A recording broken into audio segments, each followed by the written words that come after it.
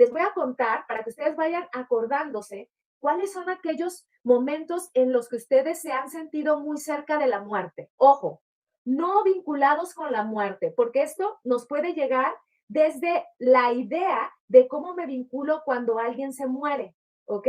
Eso es diferente. De lo que vamos a hablar ahora es de nuestra propia muerte, que eso a veces puede ser más impactante, porque cuando lo vemos a través de la mirada del otro, simplemente decimos, bueno, se murió, nos duele, es muy difícil el duelo, si nos da tiempo vamos a hablar también de eso, pero lo que queremos hablar ahora es, ¿qué te pasa a ti cuando piensas que te vas a morir, como dicen los estoicos? Te vas a morir, pero eso vamos a hablar un poquito más adelante. Te decía, algo que a mí hace poquito me pasó, fue una de las cosas que me hizo eh, gestionar mi existencia. Les voy a contar la historia, pero mientras ustedes van recordando en qué momentos de su vida han sentido que se mueren, ¿ok? Ahí les va. Yo soy de Culiacán, una ciudad del norte de México, para quienes no vivan en México, soy norteña, diríamos, y me fui en diciembre a las vacaciones para pasarla con mi familia, con mi madre, con mis hermanos, y cuando iba en el avión, pues iba con mi esposo y recuerdo pues que normal, como cuando te subes a un avión, la verdad es que curiosamente nunca pensamos que va a pasar algo, porque también no se trata de obsesionarnos con el tema, sino tomarlo tal y como es, ¿ok? Eh, ¿Qué pasa? Yo iba en el avión y recuerdo que pues ya íbamos a llegar y el piloto casi siempre avisa, estamos a unos minutos del aterrizaje para que te pongas el cinturón y para que, pues yo creo que te prepares mentalmente y no te levantes al baño o si te vas a levantar, etcétera. Íbamos en un avión de una aerolínea que parece que acaba de adquirir aviones y era un avión bastante nuevo. Me gustó, de hecho hasta olía nuevo, pero ocurrió algo muy raro, o sea, era un avión muy grande, que cuando ya estaba el descenso, ya saben que se va como, que va planeando, que va bajando poco a poco, bueno, pues no bajó poco a poco, sino que se fue desplomando, ¡fu! O sea, hacia abajo, como si fueras en una montaña rusa, pero sin avisarte. En ese momento pasaron muchas cosas en mi cabeza, pero una de ellas fue, aquí terminó todo, porque no fue un desarrollo paulatino, no, fue un incremento, o sea, un descenso tan abrupto que todos los que estábamos en el avión, que yo creo que éramos más de 100 personas, nos quedamos en silencio. Un niño gritó, porque fue más honesto, lloró, y yo me aferré al brazo de mi esposo, y cuando hasta las luces se fueron, cuando llegó la luz, y que todos nos calmamos, y que parece que se estabilizó el avión, ¿saben qué pasó? Que lo primero que pensé fue, no estoy lista para morirme. A pesar de todo lo que he trabajado, a través de tesis que he hecho sobre la muerte, a través de obras de teatro que he escrito, a ver si me da tiempo de hablarles sobre esta obra de teatro que se llama Más allá del sol, que es justamente hablarle de la muerte a los niños, cómo acercarnos a la muerte desde una historia infantil. Y recuerdo que eso le dije a mi esposo, no estoy lista para morirme. Y me quedé pensando mucho en eso, no os voy a hacer el cuento largo, pero luego lo que ocurrió es que en Culiacán, a los pocos días de que yo llegué, se me olvidó, se nos olvida la experiencia. Se me olvidó y seguí en los festejos de Año Nuevo, el Día de Reyes, no, un poco antes del Día de Reyes, estar con mi familia, fui a una boda, fui con mis amigos, y de pronto me despierto un día y en las noticias dice, en Culiacán, no salgas de tu casa porque la ciudad está tomada por el narcotráfico, hay guerra entre narcos con el gobierno, y otra vez gestionarme qué va a pasar. No habíamos ido al súper, éramos 6 personas las que estábamos en una casa, no sabíamos cuánto íbamos a durar, o sea, no era igual que en la pandemia, porque en la pandemia pedías algo para la comida, podías salir por lo menos con tu cubreboca, medio caminabas, sacabas al perro. Acá no, o sea, no puedes salir porque estás literal en una ciudad tomada. ¿Y qué pasó? Es gestionarse otra vez la idea de la muerte. Pero te estoy hablando de 2 eventos en donde yo he estado cerca de ese proceso. Pero a partir de ese proceso es que yo seguí pensándolo y cuando me recordé esto, no estoy lista para morirme, no es porque yo decida si estoy lista o no. La muerte va a llegar, nos está acechando constantemente, sino que pensé, hay que reflexionar sobre la muerte cuando tal vez no estamos en una situación de riesgo como las que yo te he comentado. Me detengo.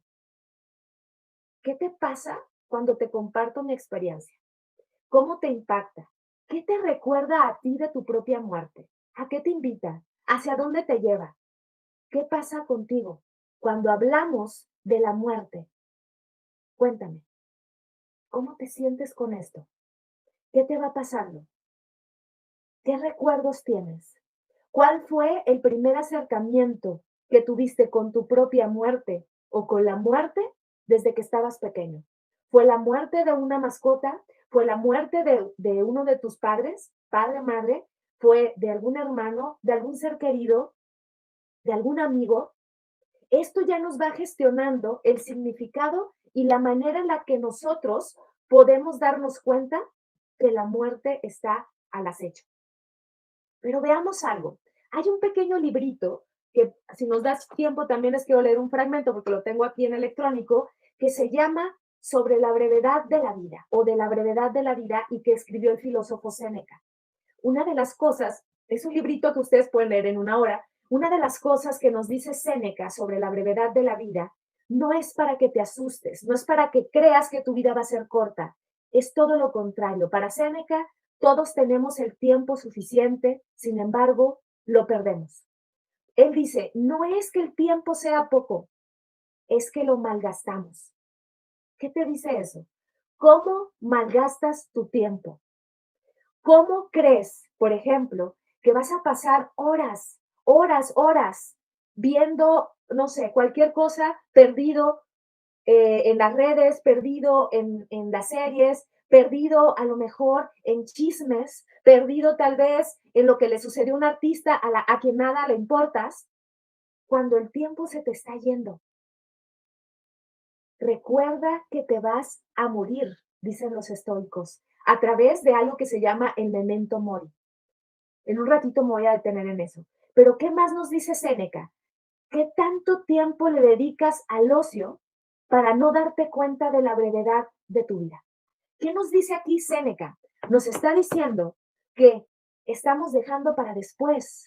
¿Cuánto tiempo? Y más, ni siquiera nos vayamos a las jubilaciones. Cuando nosotros estamos trabajando, estamos en la escuela, estamos pensando, ya que esté de vacaciones, voy a hacer tal cosa. Ya que sea domingo, voy a lograr tal cosa. Al rato lo hago. Mejor no le respondo el mensaje y le aplico el visto, porque ¿para qué? Al rato lo hago. O sea, todo este tiempo lo que estamos haciendo es malgastando la vida. Por eso pensar en que nos vamos a morir nos recuerda que podemos vivir, no al contrario. ¿Cómo desgastas ese tiempo? A ver, compárteme aquí. En discusiones estériles, en generar todo el tiempo una energía hacia el vínculo del amor romántico, que la verdad se gasta mucho tiempo en eso, en tal vez en el cuidado de tu apariencia, sabiendo que se va a desgastar. No quiere decir que no la cuides, no quiere decir que no quieras o no pretendas bañarte, por ejemplo, pero ¿qué tanto le dedicas a eso? Una de las cosas que hace poco comenté es que cuando yo me rapé hace ya casi 4 años, fue por una cuestión también de confrontarme, de vulnerarme, porque yo tenía mucho apego a mi cabello. Y ahora me doy cuenta que yo dedicaba diario, yo creo que puedo decir al día, fácil unas 2 horas a mi cabello. ¿Por qué? Porque me lo teñía, me lo pintaba de colores, lo cual era bastante el cuidado que le dedicaba, ir a la estética, plancharlo, secarlo.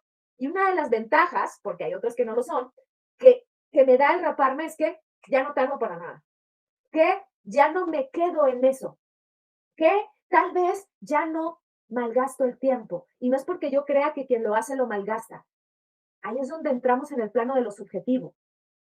Para mí era malgastar ese tiempo, porque ahora que no lo hago, me doy cuenta de todo lo que tardaba en ese momento. ¿Qué les pasa con el tema? Cuéntenme, ¿qué les dice Séneca a partir de la brevedad de la vida? ¿Te has puesto a pensar en eso? Estamos reflexionando sobre la muerte, pero no para generar una ansiedad, sino justo por lo contrario, para soltar esta posibilidad, para darme cuenta que si yo estoy reflexionando sobre mi muerte, es porque sé que puedo empezar a gestionar mi vida, a dedicarle más tiempo a aquellas cosas que se vinculan no solo con mi felicidad, sino con la profundidad, con aquellas cosas que van más allá de la superficie.